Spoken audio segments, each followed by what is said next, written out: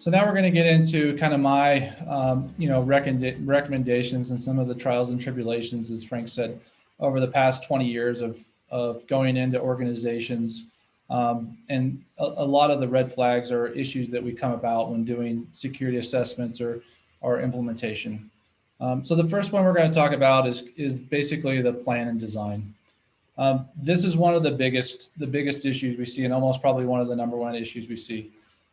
Typically, companies will fall into, in my opinion, when they have issues, one of two categories. The first is they didn't design or plan for enterprise growth. They really came up with a plan. Security was kind of at the end and wasn't even really thought of. The group or project or company eventually grows to a point where change is just too big of a task, and basically companies then they just kind of try plugging the leaks, and just trying to fix the known stuff, which only accounts for a small amount of issues, and they just never estimated that the company would grow to the size or into the scale that they thought they would. So huge recommendation from me would be you can start small, but plan for really big. So take it in stages and keep it simple, but plan for the future of growth, because you never know where you're going to be. So the other category that we typically see is where companies really overcomplicate their security. They make it so counterproductive for users that it's just there's just so many steps in place that make it so complicated for users.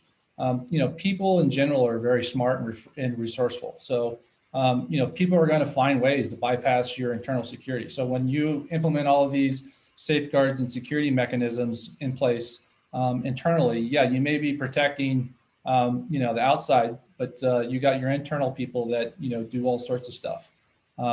So, that's always a huge thing. So, being able to work with your employees and not overcomplicating the process is a huge thing.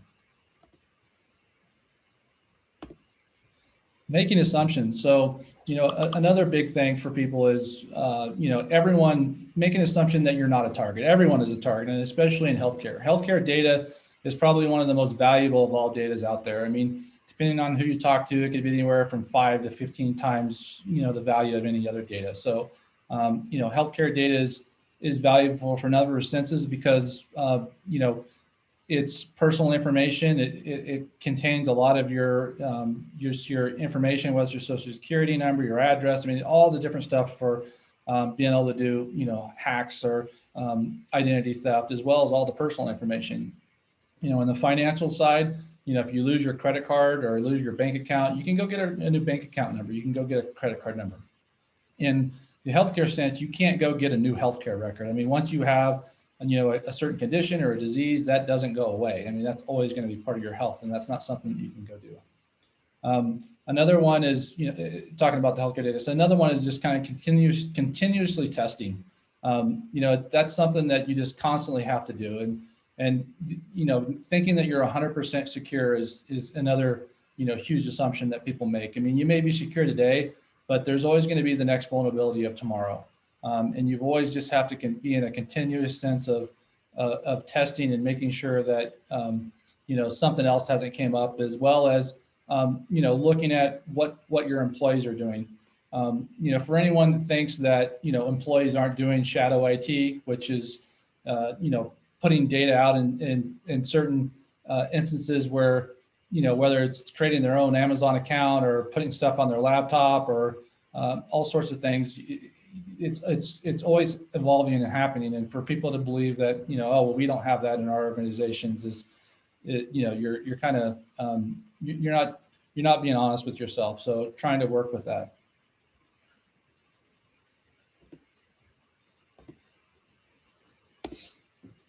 So I know Dallas will talk about this one a little bit more in a few slides because he's big into this. But security training, I mean, this is a huge thing for organizations. It's an ongoing task, and and things have evolved. I mean, I can't tell you how many times I've been into some of these security trainings, and it looks like they've put together, the security training decks that look like they were created in 2000 or the 1990s, and those things haven't changed. I mean, the different vulnerabilities and guards of today have definitely evolved over the last 20 years. And we can't continue to, just do the same things that we did 20, 30 years ago. Security in general has changed quite a bit. The technologies that we've used has changed, vastly, as well as, how people are collecting the information. It's, the social engineering that hackers do today is a lot more involved and a lot more simple than trying to just go straight through the front door of a lot of enterprise systems. So keeping your employees up to date and going through that is a huge thing.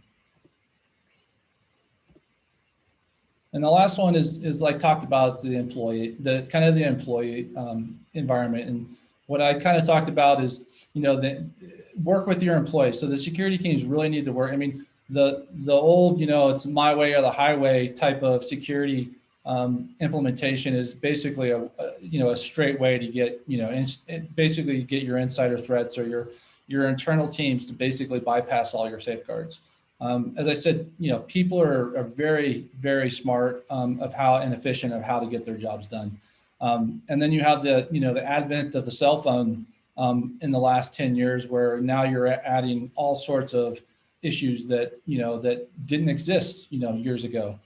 You can have a wireless hotspot. You have email on you have your own little computer that's that people carry around in their pocket, and it's a lot of times it's a personal device that is not controlled by an organization. So that brings up all sorts of issues as well. So we're really working with your employees, working and understanding the requirements. It's a give-take relationship. You have to do your best effort to move forward to secure the environment, but you also have to work with people. And again, talking about the shadow IT, if you make something so difficult that it's an employee, it's just so much easier to go create a shadow environment, say on Amazon AWS or Azure or Google Cloud, copy data over to that environment, and then I can get my job done. They've basically bypassed all of your safeguards in place.